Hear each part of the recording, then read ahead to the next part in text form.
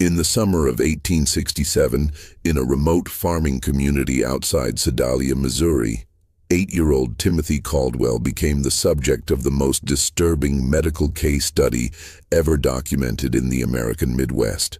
Dr. Samuel Harding, the region's only physician, filled 3 leather-bound journals with observations of a child whose behavior defied every principle of human nature known to 19th-century medicine. The boy appeared normal, even charming to casual observers, but beneath his innocent exterior lay something that medical science of the era simply could not explain. For 6 months, 3 people died in accidents around Timothy Caldwell, along with dozens of farm animals found dead under mysterious circumstances. 11 people who had all, in some way, crossed paths with a child whose smile never reached his pale blue eyes. The official records were sealed by local authorities and hidden away for over a century. But the truth about Timothy Caldwell reveals a darkness that challenges everything we thought we knew about the capacity for evil in childhood. Before we continue with the story of Timothy Caldwell and the terror that gripped Sedalia County, if this story intrigues you, make sure to subscribe to our channel and ring that notification bell so you never miss our deep dives into America's darkest historical mysteries. And please, let us know in the comments what state or city you're listening from. We love hearing from our community of mystery enthusiasts around the world. The events that would make Timothy Caldwell infamous began not with violence, but with loss. The Missouri of 1867 was a state still bleeding from the wounds of civil war. Towns like Sedalia had sent their young men to die on distant battlefields, leaving behind widows, orphans, and communities struggling to rebuild. The Caldwell farm, nestled in a valley 15 miles south of town, had once been prosperous. James and Martha Caldwell had built their homestead with dreams of raising cattle and corn, but those dreams died with James at the Battle of Wilson's Creek in 1861. Martha tried to maintain the farm alone, but consumption took her lungs in the bitter winter of 1865. Their son Thomas, barely 21, inherited land he couldn't work and debts he couldn't pay. When Thomas received word that his brother William had died at Andersonville Prison, leaving behind a widow and 8-year-old son, he saw both burden and opportunity. The boy, Timothy, would need a home, and Thomas needed help with the endless work of farming. Thomas Caldwell was a hard man, made harder by war and loss. His wife, Sarah, had grown sharp-tongued and bitter during their childless years. Neither was particularly suited for raising a child, especially one who arrived at their door in the spring of 1866, carrying nothing but a small cloth bag and eyes that seemed far too old for his young face. Timothy Caldwell was small for his age, with pale skin that burned easily in the Missouri sun and blonde hair that his Aunt Sarah kept cut short to keep the lice away. He spoke little of his life before the farm, offering only fragments when pressed. His father had been a soldier, his mother had coughed blood. He had lived with neighbors for a while after she died. What struck adults most about Timothy was his politeness. He always said, "Yes, sir," and "Yes, ma'am."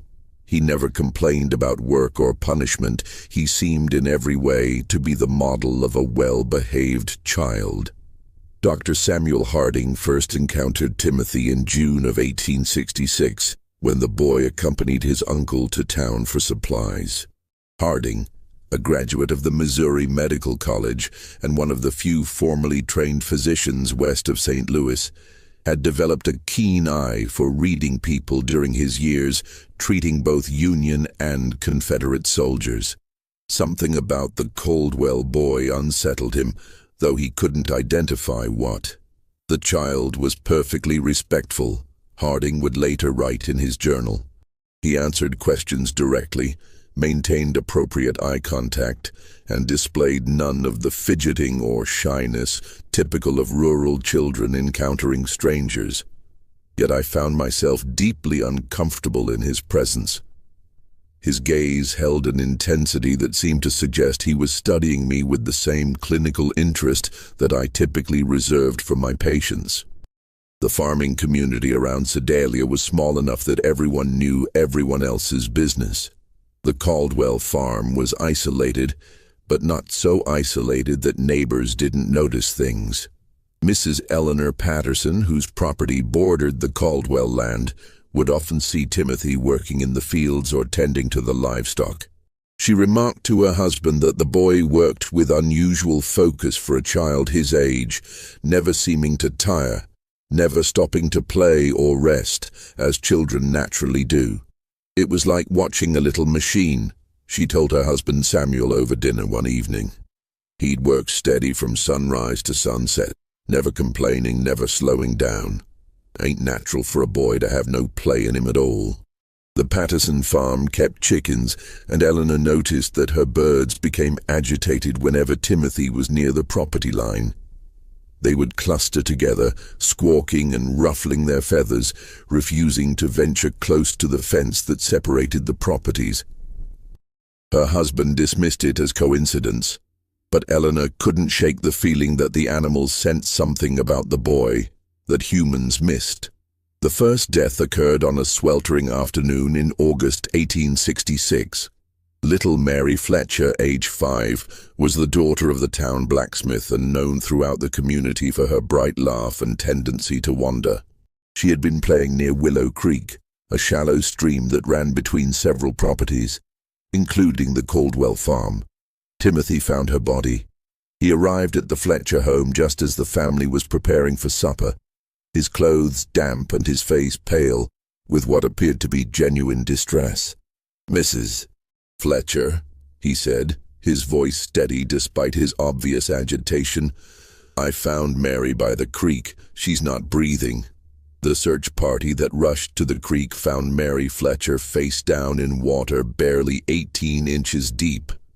Dr. Harding, summoned immediately, determined that the child had drowned, a tragic but not uncommon accident in rural areas where children played unsupervised near water. What troubled Harding was not the death itself, but Timothy's account of discovering the body. The boy provided an unusually detailed description of exactly where Mary had been found, the position of her body, and the condition of her clothing. When pressed about how he had come to be in that particular spot at that particular time, Timothy explained that he had been looking for a lost calf. The boy's recall was remarkably precise, Harding noted in his journal. He could describe the exact position of the deceased child's limbs, the way her dress had been caught on a submerged branch, even the color of the water around her face. Such attention to detail seemed unusual for a child who claimed to be frightened and upset by the discovery. Thomas Caldwell, when questioned, confirmed that one of their calves had indeed gone missing that morning and that he had sent Timothy to search the creek area. The calf was found 2 days later, healthy and grazing in a meadow nearly a mile from where Mary Fletcher had drowned. The Fletcher family, devastated by their loss, received Timothy's sympathy with gratitude. He had, after all, been the one to find their daughter and alert them immediately. At the funeral, Timothy sat quietly with his aunt and uncle, his head bowed respectfully throughout the service. When the family thanked him for his quick action in alerting them, he accepted their gratitude with appropriate solemnity. "I wish I could have found her sooner," he told Mary's father, his voice carrying just the right note of regret and sorrow.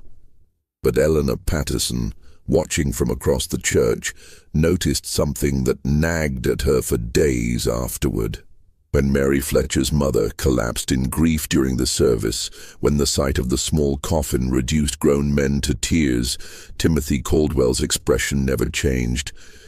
His head was bowed in apparent sorrow, but when he thought no one was looking, his pale blue eyes remained dry and watchful, taking in every detail of the scene around him. The second death came 3 weeks later. Old Henrik Larsson, a Norwegian immigrant who had worked as a logger before arthritis forced him into retirement, was found at the bottom of a rocky outcrop known locally as Devil's Bluff.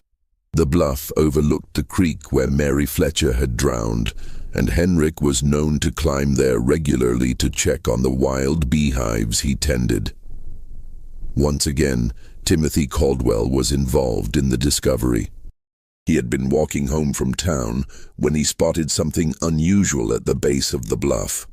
"I saw Mr. Larsson's hat caught on a thorn bush," Timothy told the gathering crowd. "I called out to him but got no answer, so I climbed down to look." Henrik Larsson was dead, his neck broken from what appeared to be a fall from the top of the 40-foot bluff. Dr. Harding's examination revealed that the old man had likely died instantly upon impact. The only unusual aspect of the scene was the presence of several dead bees scattered around the body, far more than would typically be found away from a hive. Mr. Larsson knew those bluffs better than any man in the county, Samuel Patterson told Dr. Harding after the examination. He'd been climbing up there for 3 years, never had so much as a stumble. Don't make sense he'd fall now. Timothy, when questioned, suggested that perhaps the old man had been stung by bees and lost his footing. "He was always talking about how angry they get when you disturb them," the boy said. "Maybe they swarmed him and he got confused." Dr. Harding found Timothy's explanation plausible, but something about the scene bothered him. The dead bees were all clustered in a small area directly around Henrik's body. If the old man had disturbed a hive at the top of the bluff, there should have been more evidence of bee activity along his presumed path of flight and fall. Instead, it appeared as though the bees had somehow been concentrated around the impact site. When Harding climbed to the top of the bluff to examine the beehives, he found them intact and showing no signs of recent disturbance. The worker bees were active but not agitated, going about their normal business of gathering nectar from the late summer wildflowers. The third death shattered any illusions about coincidence. In September 1866, 6-year-old Jacob Mills vanished while playing in the woods near his family's cabin. His body was found 4 days later in an abandoned well, nearly half a mile from where he had last been seen. Timothy Caldwell had volunteered to join the search party. For 3 days, Timothy searched alongside the adult volunteers, showing remarkable endurance for a child his age. He seemed to know the woods intimately, guiding searchers through areas that even long-time residents found difficult to navigate. When asked how he had learned the terrain so well, Timothy explained that he often explored the woods during his free time, looking for useful plants and herbs that his aunt could use for cooking and medicine. On the 4th day, Timothy appeared at the Mills cabin just after dawn. "I think I found something," he told Jacob's father, his voice heavy with exhaustion. "There's an old well about a half-mile north of here. I heard what sounded like crying." The well was partially concealed by fallen logs and overgrown brush. Jacob Mills was at the bottom, alive but barely conscious, suffering from dehydration and exposure. Dr. Harding was summoned immediately, but the boy died within hours of being pulled from the well, his small body unable to recover from the ordeal. The child had been at the bottom of that well for nearly 4 days, Harding wrote in his journal. The fact that Timothy Caldwell was able to locate him in such an obscure location raises troubling questions. How extensive is the boy's knowledge of the local terrain? What other hidden dangers might he be aware of? More troubling still was Timothy's behavior during Jacob's final hours. While the Mills family maintained a vigil around their dying son, Timothy sat quietly in the corner of the cabin, apparently praying.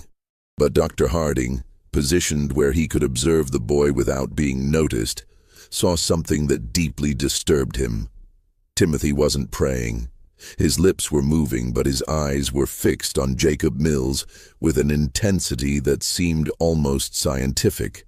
He appeared to be cataloging every detail of the dying child's condition. The labored breathing, the pale skin, the way consciousness flickered in and out. When Jacob finally died, Timothy's expression showed no grief or shock. Instead, there was something that Harding could only describe as satisfaction. After the funeral, Dr. Harding made an excuse to visit the abandoned well where Jacob had been found. The site troubled him for reasons he couldn't articulate. The well was indeed well hidden, concealed by natural debris that would have taken considerable effort to move. Yet Timothy had claimed to hear crying from this location, a claim that seemed improbable given the depth of the well and the amount of brush covering it. As Harding examined the scene more carefully, he noticed something that the initial rescue party had missed in their urgency to save Jacob Mills. Around the rim of the well, the debris had been arranged with unusual precision. Logs and branches that should have fallen randomly showed signs of deliberate placement, creating a natural-looking camouflage that would be nearly impossible to spot unless one knew exactly where to look. The implications were too disturbing to voice aloud, but Harding could not shake the suspicion that Jacob Mills had not simply fallen into the well. Someone had placed him there, and someone had carefully concealed the location until the boy was too weak to survive rescue. That evening, Harding began keeping detailed notes about Timothy Caldwell. If his suspicions were correct, the boy posed a danger to the entire community. But suspicions were not evidence, and evidence was exactly what Harding lacked. The problem was that Timothy Caldwell was, by all appearances, a model child. He attended church regularly with his aunt and uncle, sitting quietly through services and reciting prayers with appropriate reverence. He worked diligently on the farm, completing tasks that would challenge many adult workers. He spoke respectfully to his elders and showed proper deference to authority figures. Most importantly, Timothy had plausible explanations for his presence at each tragedy. He had been looking for a lost calf when he found Mary Fletcher. He had been walking home from town when he spotted Henrik Larsson's hat. He had volunteered to help search for Jacob Mills, as any concerned member of the community would do. But Harding's medical training had taught him to look beyond surface appearances. In treating wounded soldiers, he had learned to recognize the signs of men who killed not from patriotic duty or desperate necessity, but from something darker and more fundamental.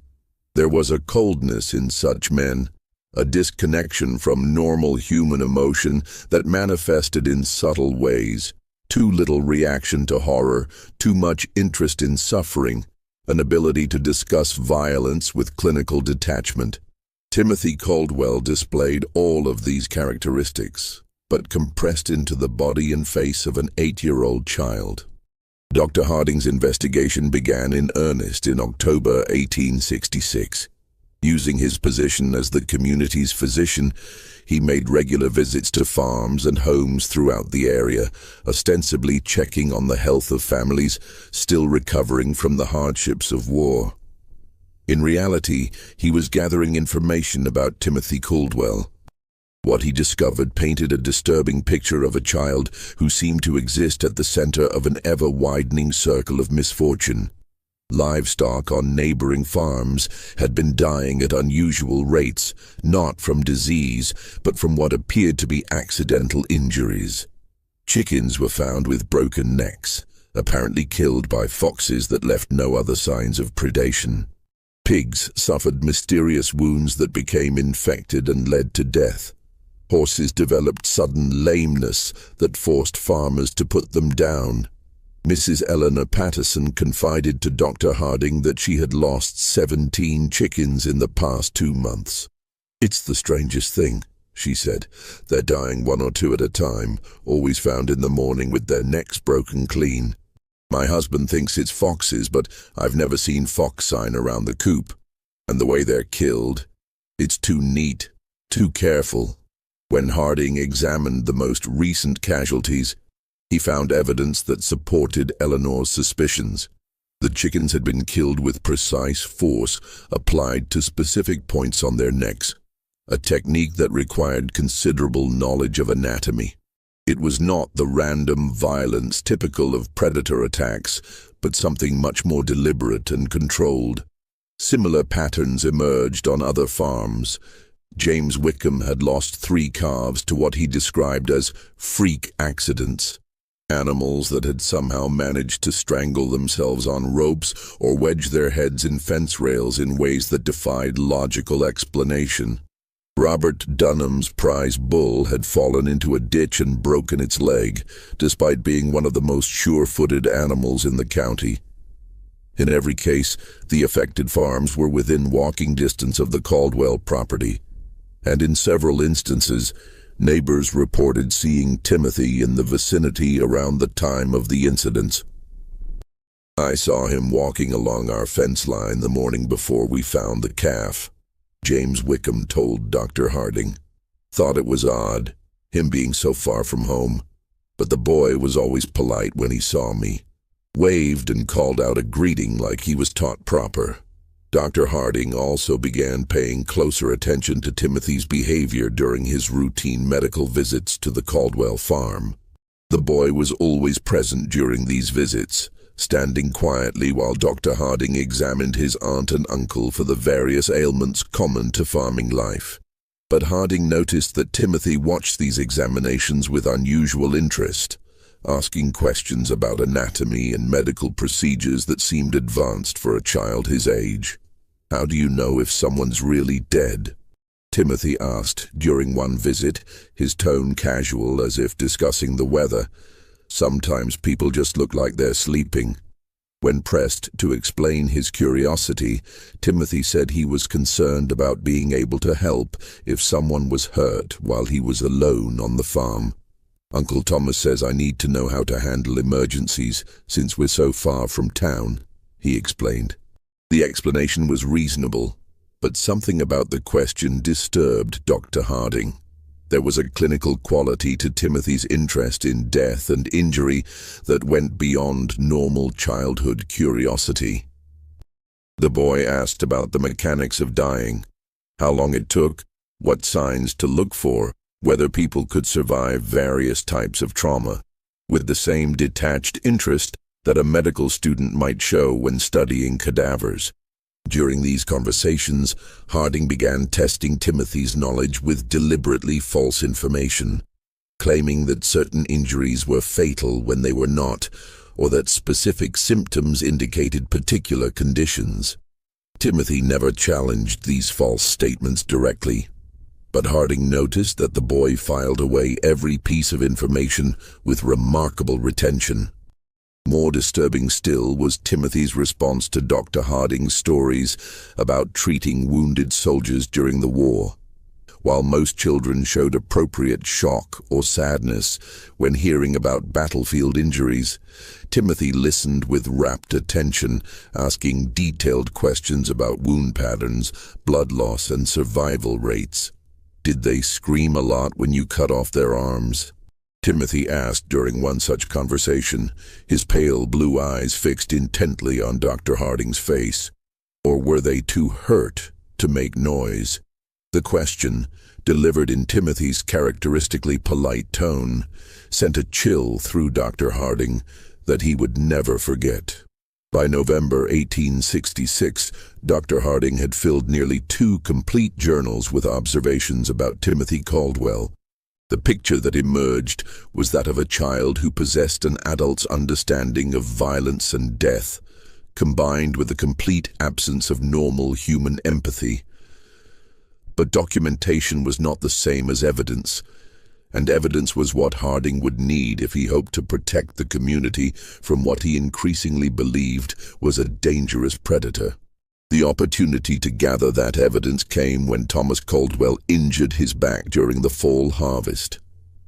The injury required bed rest and daily medical visits, giving Dr. Harding unprecedented access to the Caldwell household. During these visits, he began engaging Timothy in longer conversations, carefully probing to understand the extent of the boy's knowledge and the nature of his thoughts. What he discovered exceeded his worst fears. Timothy Caldwell had been conducting experiments on living creatures for months, possibly years. Using a combination of careful questioning and direct observation, Dr. Harding determined that the boy had been systematically capturing and torturing small animals, studying their responses to various forms of injury and distress. Timothy had mentioned the cave during one of their conversations, describing it as a place where he went to think and be alone.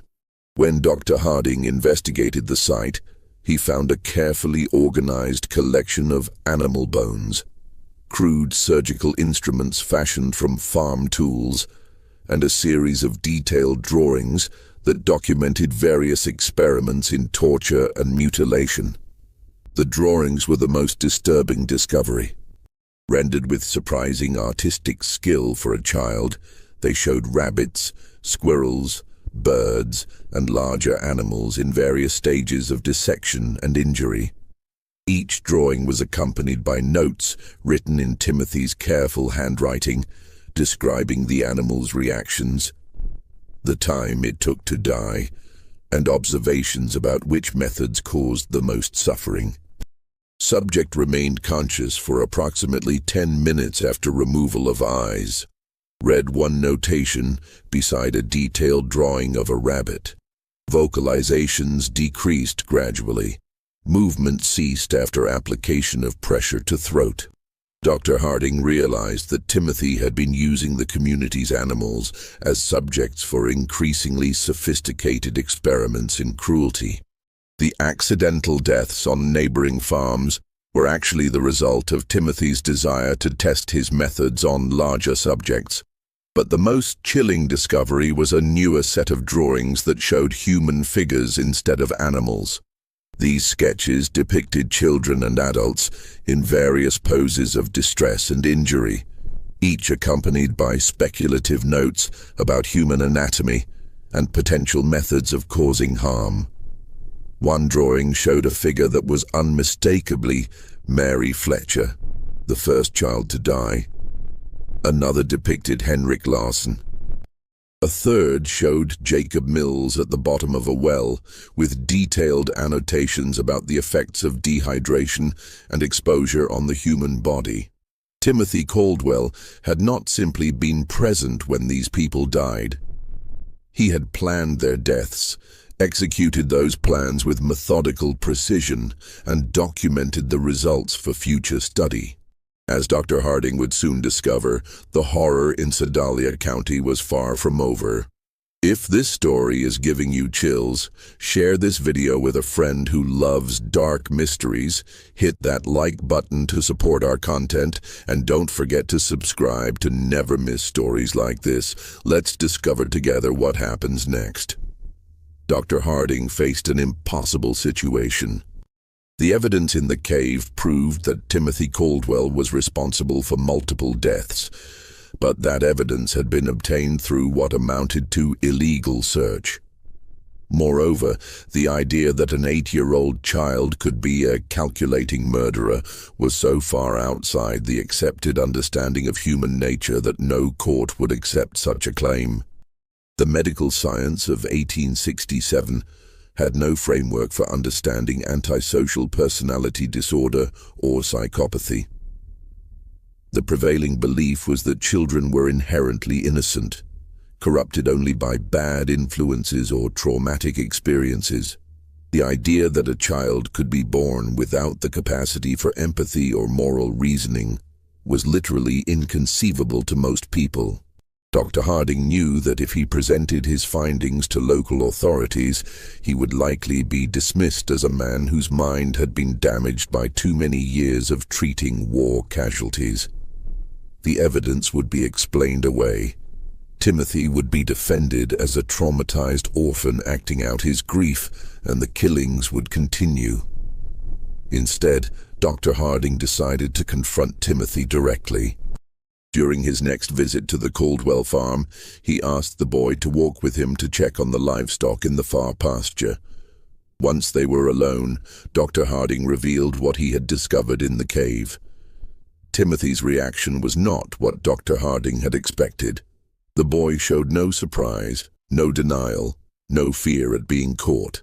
Instead, he listened calmly as Dr. Harding described the drawings and notes, occasionally nodding as if confirming the accuracy of the doctor's observations. "You're not going to tell anyone," Timothy said, when Dr. Harding finished speaking. It was not a question or a plea, but a statement of fact delivered with absolute confidence. "Why wouldn't I?" Dr. Harding asked, genuinely curious about the boy's reasoning. Timothy smiled, the first genuine expression of emotion that Dr. Harding had ever seen on his face. "Because no one would believe you," he said, "and because you're curious about what I'll do next." The boy was right on both counts. Dr. Harding knew that his claims would sound like the ravings of a man losing his sanity. But Timothy had also identified something that the doctor was reluctant to admit even to himself: a scientific fascination with observing the development of what might be the most dangerous human being he had ever encountered. "How long have you been doing this?" Dr. Harding asked. "Since I was 5, Timothy replied matter-of-factly. "Maybe earlier. I started with insects, then mice, then bigger things. It's interesting to see how different animals react to the same treatments." "And the people who died?" Timothy shrugged. "They were experiments too. I wanted to see if people would react the same way as animals. They do, mostly, but they're better at understanding what's happening to them. That makes it more interesting." Dr. Harding felt a chill that had nothing to do with the November air. "What are you planning to do next?" Timothy considered the question seriously before answering. "I need to find out what happens when you hurt someone who trusts you completely. Someone who wouldn't suspect anything until it was too late." The implication was clear. Timothy was planning to kill his aunt and uncle. Dr. Harding knew he had perhaps days, possibly only hours, before Timothy acted on his plans. The boy had revealed his intentions with the casual confidence of someone who believed himself untouchable, and past experience suggested that Timothy did not delay once he had decided on a course of action. That evening, Dr. Harding visited Sheriff William Crawford in Sedalia. Crawford was a practical man who had served with distinction in the Union Army and had little patience for theories or speculation. But he also trusted Dr. Harding's judgment and was willing to listen to evidence, regardless of how unusual the circumstances might be. Dr. Harding presented his case carefully, focusing on verifiable facts rather than psychological theories.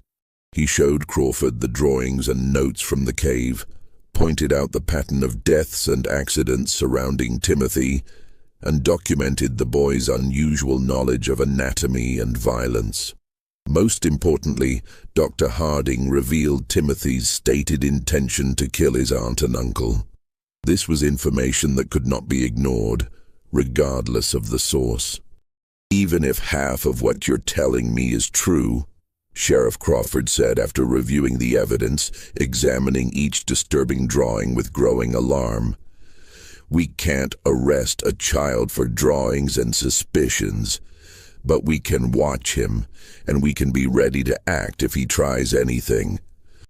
Crawford studied the anatomical precision of Timothy's sketches, noting details that even his experience as a Civil War veteran hadn't prepared him for. The two men spent hours developing their strategy, bringing in Crawford's most trusted deputies, men who had served under him during the war and could be counted on to remain steady under pressure. Dr. Harding and Sheriff Crawford developed a comprehensive plan. Dr. Harding would arrive at the Caldwell farm at his usual time, bringing laudanum ostensibly for Thomas's pain management, but actually to keep both Thomas and Sarah sedated enough to prevent Timothy from harming them easily. Sheriff Crawford and his deputies would position themselves strategically around the farm property, close enough to respond quickly but far enough away to avoid detection. The plan was put into effect the following morning. As Dr. Harding approached the farmhouse in his buggy, he noticed immediately that something was different. The usual morning sounds of farm activity, chickens pecking in the yard, pigs grunting in their pen, were absent. The property held an unsettling quiet that made his skin crawl. Timothy appeared in the doorway before Dr. Harding had even climbed down from his buggy. The boy stood perfectly still, his pale blue eyes tracking the doctor's movements with predatory focus. He was dressed in his usual work clothes, but Dr. Harding noticed that Timothy's sleeves were rolled up past his elbows, and his hands appeared to have been scrubbed recently, the kind of thorough cleaning that suggested preparation for messy work. "Good morning, Dr. Harding," Timothy said, his voice carrying its characteristic politeness. But something underneath had changed. There was an anticipation there, an excitement that the boy was struggling to contain. "I've been waiting for you." The words sent a chill through Dr. Harding. Timothy's use of waiting suggested that he had been expecting this visit, had perhaps even been counting on it as part of whatever plan he had set in motion. Inside the house, Dr. Harding found Thomas and Sarah Caldwell in their bedroom, both apparently sleeping peacefully. But as he approached Thomas's bed to check his condition, he noticed that the man's breathing was unusually shallow, and his skin had taken on a grayish pallor that suggested more than natural sleep. "What did you give them?" Dr. Harding asked quietly, not turning to look at Timothy but knowing the boy was watching every move he made. "Just some herbs I found in the woods," Timothy replied, his tone innocent but his choice of words deliberate. "There are so many interesting plants growing wild around here. Some of them have very useful properties." Dr. Harding checked Thomas's pulse and found it weak but steady. Sarah showed similar symptoms. She was deeply unconscious but still alive. Whatever Timothy had used, he had been careful about the dosage. The boy wanted his victims helpless but alive, at least for now. "They're not going to wake up for several hours," Timothy continued conversationally. "That should give us plenty of time to talk without interruption." The conversation that followed was unlike anything Dr. Harding had ever experienced. Timothy spoke about murder and torture with the clinical detachment of a medical professor discussing anatomy. He described his experiments on animals and humans with scientific precision, explaining his methodologies and the insights he had gained from each death. "Mary Fletcher taught me that drowning is actually quite slow," Timothy said, settling into a chair as if beginning a pleasant afternoon chat. "Everyone thinks people just slip under the water and disappear, but that's not how it works at all. There's struggling and panic, and this interesting pattern of breathing attempts before the person finally gives up. I had to hold her down for almost 3 minutes before she stopped fighting." Dr. Harding felt his blood turn to ice. "You held her under the water?" Timothy nodded eagerly. "She was playing by the creek and I told her I'd found a pretty stone on the bottom. When she bent over to look, I just pushed her head down and held it there. She was so small that it didn't take much strength, but she fought harder than I expected. That's when I realized that people have much stronger survival instincts than animals." "And Henrik Larsson?" "That was more complicated," Timothy admitted. "I couldn't overpower him physically, so I had to be more creative. I knew he checked his beehives every Thursday morning, so I went up to the bluff the night before and loosened some of the stones along the edge. Then I collected bees from one of his hives and put them in a cloth bag." Timothy's eyes gleamed as he described his methodology. "When Mr. Larson climbed up to check the hives, I was waiting behind some rocks. I threw the bag of bees at his face and started shouting that there was a massive swarm attacking him. He panicked and stumbled backward, right over the edge where I'd weakened the stone barrier. The fall killed him instantly, just like I calculated it would. And Jacob Mills. Jacob was the most interesting of all, Timothy said, his voice taking on the tone of a teacher sharing a particularly fascinating lesson. I didn't kill him quickly like the others. I wanted to see what would happen if someone died slowly, over several days. So I convinced him to follow me into the woods by telling him I'd found a family of baby raccoons. Timothy paused, seeming to savor the memory. Jacob was so concerned about the imaginary baby animals that he didn't think twice about the danger. I helped him climb down into the well, then I moved the logs and brush to cover the opening. I visited him every day for 4 days, bringing him just enough water to keep him alive, but not enough to let him recover his strength. Dr. Harding realized that Timothy was no longer speaking hypothetically about future experiments. The boy had specific plans, and those plans clearly included the people currently in the house. "What are you planning to do with your aunt and uncle?" Dr. Harding asked directly. Timothy's genuine smile returned, broader than Dr. Harding had ever seen it. "That's where you come in, Dr. Harding.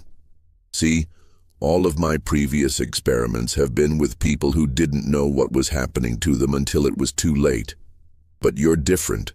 You understand exactly what I am and what I'm capable of. That makes you the perfect subject for a completely new type of study."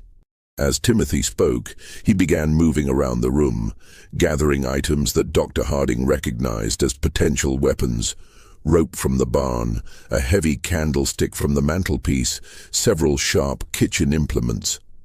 The boy organized his tools with methodical precision, as if preparing for surgery. "I want to find out what happens when someone who knows they're going to die tries to save people they care about," Timothy continued, his excitement growing. "Will you sacrifice yourself to save Uncle Thomas and Aunt Sarah? Will you try to fight me even though you know I've planned for that possibility? Will you try to run away and abandon them to save yourself?" Dr. Harding knew that the time for conversation had passed. Timothy had revealed enough of his plans to make clear that everyone in the house was in immediate mortal danger. He drew the pistol from his medical bag and pointed it at the boy. "Step away from the knives, Timothy," Dr. Harding said, his voice steady despite his racing heart. Timothy looked at the pistol with interest rather than fear. "That's a Navy Colt, isn't it?" he asked conversationally. "I've seen pictures of them in books about the war. How many bullets does it hold?" "6, Dr. Harding replied automatically, then immediately regretted providing the information. "And how many people are you trying to protect?" Timothy asked.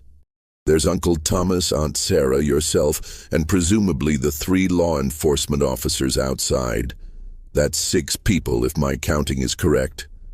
So even if you shoot me, you'll have used up all your ammunition." Timothy moved closer, no longer bothering to stay out of pistol range. "You want to know how I became what I am?" he said, his voice taking on an almost hypnotic quality. "You want to understand whether I was born this way or whether something made me this way. You want to know if there are others like me and how to recognize them before they start killing." Each statement was true, and Timothy's ability to identify and exploit Dr. Harding's intellectual curiosity was as frightening as his capacity for violence. The boy understood people well enough to predict their behavior and manipulate their responses, even when they knew they were being manipulated. The confrontation came as Timothy approached his sleeping uncle with a length of rope in his hands. Dr. Harding stepped forward to intervene, but Timothy moved with surprising speed and strength, producing the kitchen knife and slashing at the doctor's arm. The struggle that followed was brief, but violent. Timothy fought with the desperate ferocity of a cornered animal, using the knife with skill that spoke of considerable practice.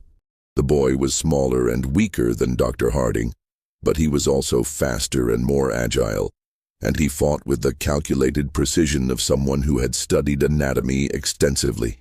Dr. Harding managed to grab Timothy's wrist and twist until the boy dropped the knife, but Timothy immediately produced another blade from his clothing. It became clear that the boy had prepared multiple weapons and positioned them strategically throughout the house. The sound of their fight brought Sheriff Crawford and his deputies running from their concealed positions.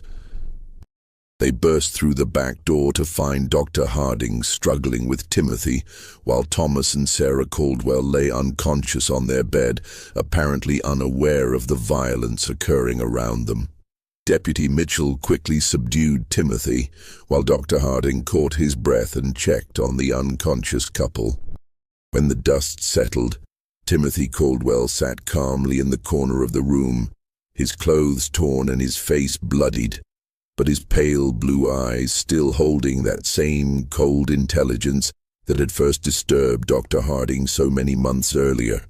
"You can't prove anything," Timothy said as the deputies secured him with ropes. "Nobody will believe that a child did all those things."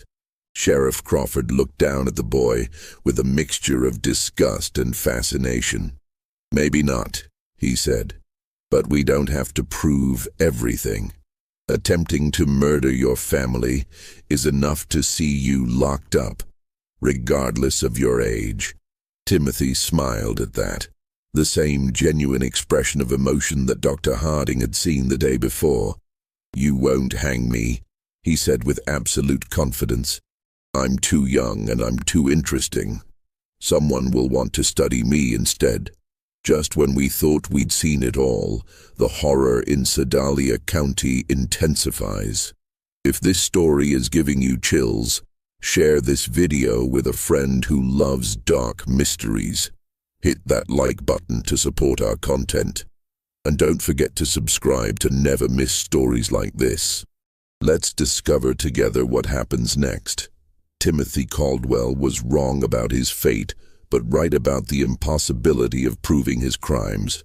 When Sheriff Crawford attempted to present the evidence from the cave to county prosecutors, he encountered exactly the resistance that Dr. Harding had predicted. The drawings and notes were dismissed as the products of a disturbed child acting out trauma from his parents' deaths. The pattern of accidents and deaths was attributed to coincidence compounded by Timothy's unfortunate habit of being helpful during emergencies. The attempted murder of Thomas and Sarah Caldwell, however, could not be explained away. 3 law enforcement officers had witnessed Timothy attacking his sleeping relatives with clear intent to kill. Even the most sympathetic observers could not argue that an 8-year-old boy would attack family members with a knife unless something fundamental was wrong with his character. The legal system of 1867 had no framework for dealing with violent children. Timothy was too young for adult prosecution, but too dangerous for simple placement in an orphanage or reformatory. The case created unprecedented challenges for Missouri's justice system, attracting attention from legal scholars and medical professionals throughout the region. After weeks of legal wrangling and consultation with experts from as far away as Boston and Philadelphia, a compromise was reached.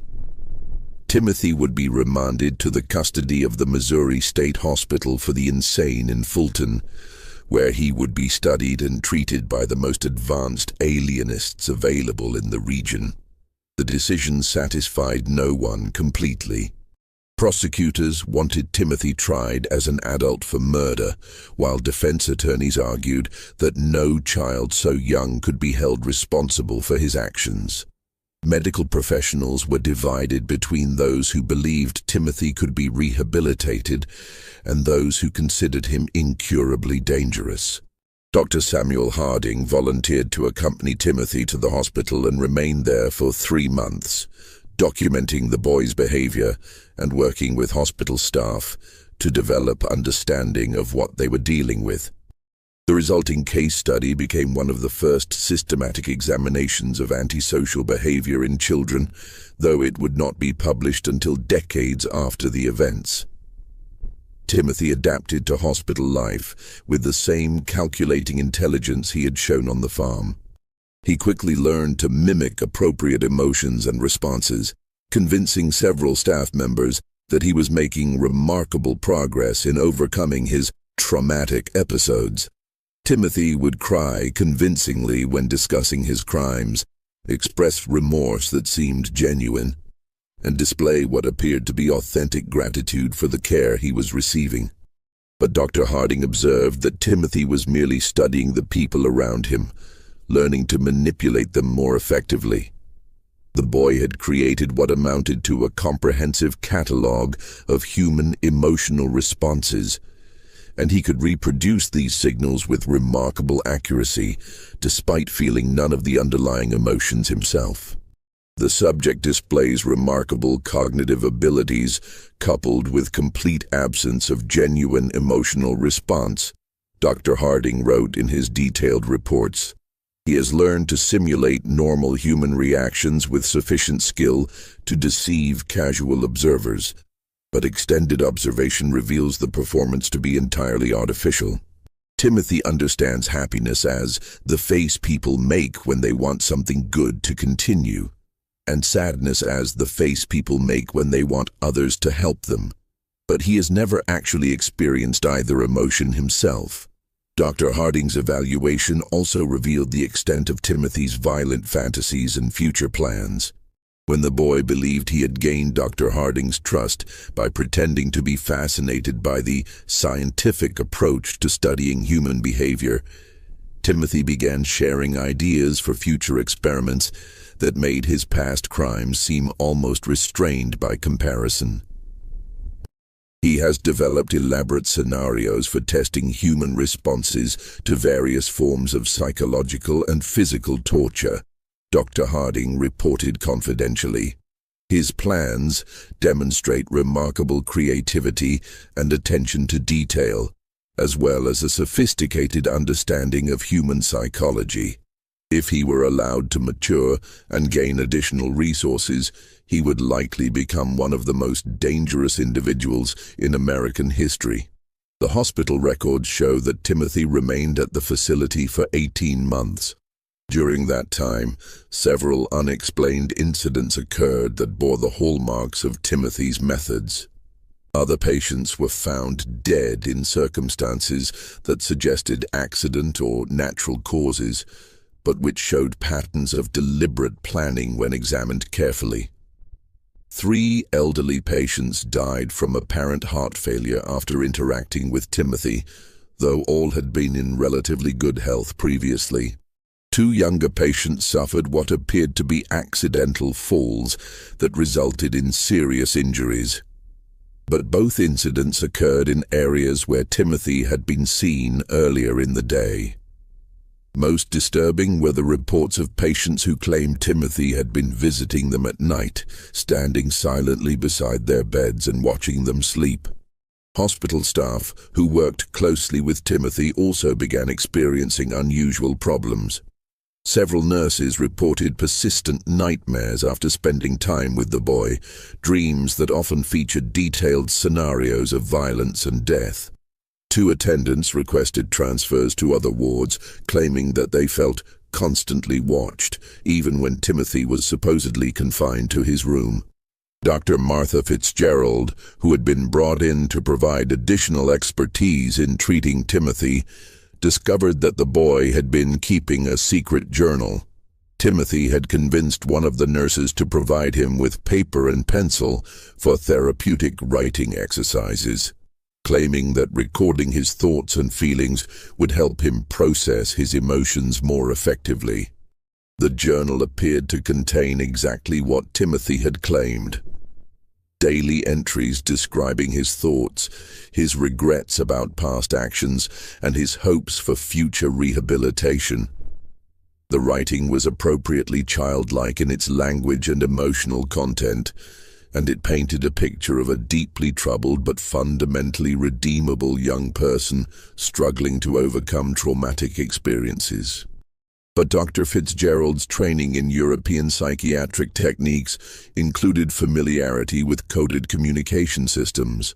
When she applied analytical methods to Timothy's journal, she discovered that the innocent-seeming entries contained a sophisticated cipher system. The decoded messages revealed Timothy's true thoughts and plans in disturbing detail. Rather than experiencing remorse or rehabilitation, he was conducting a systematic study of the hospital, its staff, and its security procedures. His goal was not merely to escape, but to use his time in confinement to develop more advanced techniques for manipulation and murder. Day 47. Dr. F believes my tears during today's session were authentic. Read one decoded entry. Her response pattern indicates increased sympathy and reduced suspicion. Estimate 3 more weeks of consistent performance will be required to establish sufficient trust for physical contact during sessions. The discovery of Timothy's coded journal led to an immediate tightening of security procedures and a reduction in his contact with hospital staff. But Timothy adapted to these changes with characteristic flexibility, shifting his focus from manipulation to information gathering about hospital routines and potential escape routes. In the summer of 1868, Timothy Caldwell disappeared from the Missouri State Hospital under circumstances that were never fully explained. The official investigation concluded that he had somehow managed to escape during a transfer between buildings, despite being under constant supervision by multiple guards. Dr. Harding suspected that Timothy's escape had been far more sophisticated than the official report suggested. The boy had demonstrated remarkable patience and planning ability throughout his confinement, and it seemed likely that he had spent months preparing for his departure. Evidence discovered after Timothy's disappearance suggested that he had been manipulating the facility staff far more successfully than anyone had realized.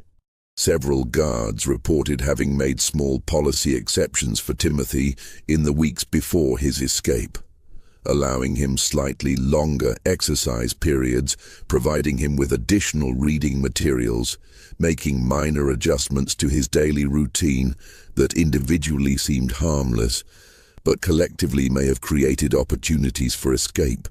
He spent 1.5 years studying that facility and its personnel, Dr. Harding wrote in his final report on the case. By the time he made his move, he understood the psychology of every person who worked there better than they understood themselves. His escape wasn't an act of desperation, it was the culmination of a carefully executed plan. In the months and years following Timothy's disappearance, Dr. Harding began collecting reports of suspicious deaths and accidents throughout the Midwest. Many of these incidents bore hallmarks that seemed consistent with Timothy's methods. Carefully staged accidents that resulted in death, evidence of systematic torture of animals, and the presence of a child who seemed unusually helpful and emotionally mature. The challenge was that Timothy would now be older, potentially strong enough to overpower adult victims, and certainly sophisticated enough to avoid the mistakes that had led to his original capture. His time of intensive study in human psychology, combined with his natural intelligence and complete lack of moral restraint, had created something unprecedented in American criminal history. Dr. Harding spent the remaining years of his career tracking these reports and attempting to develop a comprehensive understanding of what Timothy Caldwell represented. His private journals, discovered after his death in 1891, contained hundreds of pages documenting cases that might have involved Timothy, along with theoretical discussions about the nature of evil and the possibility that some individuals might be born without the capacity for moral reasoning. The broader implications of Timothy's case continued to influence discussions about criminal justice, child psychology, and mental health treatment for decades after his disappearance. His ability to deceive trained professionals raised uncomfortable questions about the reliability of psychiatric evaluation, while his manipulative skills highlighted the potential dangers of assuming that all children are inherently innocent and redeemable. The Caldwell farm was abandoned after Thomas and Sarah recovered from their ordeal. Neither could bear to remain in the place where they had unknowingly harbored a killer for nearly 2 years. The property eventually reverted to the county and was sold to developers in the 1890s, but local residents avoided the area for decades afterward. The cave where Timothy had conducted his experiments was sealed by Sheriff Crawford shortly after the boy's arrest, but the location was never forgotten by those who knew of its significance. Local legend claimed that the cave was cursed and that animals would not graze in the surrounding area. Dr. Harding's journals were donated to the Missouri Historical Society in 1923 by his daughter, who felt that the scientific value of her father's observations outweighed concerns about the disturbing nature of the content. The journals remain in the Society's archives, available to researchers who can demonstrate legitimate academic interest in the development of psychological understanding. Thomas and Sarah Caldwell never spoke publicly about their experience with Timothy, but both lived under assumed names for the remainder of their lives, apparently fearing that the boy might someday return to finish what he had started. Sarah died in 1889. And Thomas followed in 1894. Neither ever had children of their own. In his final journal entry, written just days before his death in 1891, Dr. Harding reflected on the broader implications of Timothy's case. I have spent 24 years trying to understand what Timothy Caldwell represented, and I fear I have reached a disturbing conclusion. Timothy was not an aberration. He was a glimpse into what human beings might become when stripped of the moral and emotional constraints that we consider fundamental to our nature. If he survived to adulthood, then somewhere in America there walks a man who understands human psychology better than any trained professional, who can manipulate people with supernatural skill, and who views the rest of humanity as nothing more than subjects for experimentation. This mystery shows us that evil can wear the face of innocence, and that our assumptions about childhood and human nature may be dangerously naive. The case of Timothy Caldwell forces us to confront uncomfortable questions about the nature of moral development and the possibility that some individuals may be born without the capacity for empathy or conscience that we consider fundamental to humanity. What do you think of this story? Do you believe everything was revealed, or might there be more to Timothy Caldwell's fate than the official records suggest? Leave your comment below and let us know your thoughts about this disturbing chapter in American history. If you enjoyed this tale and want more horror stories like this, subscribe, hit the notification bell, and share with someone who loves mysteries as dark and complex as this one. Remember, the truth is often more terrifying than fiction, and history holds secrets that continue to challenge our understanding of human nature. See you in the next video.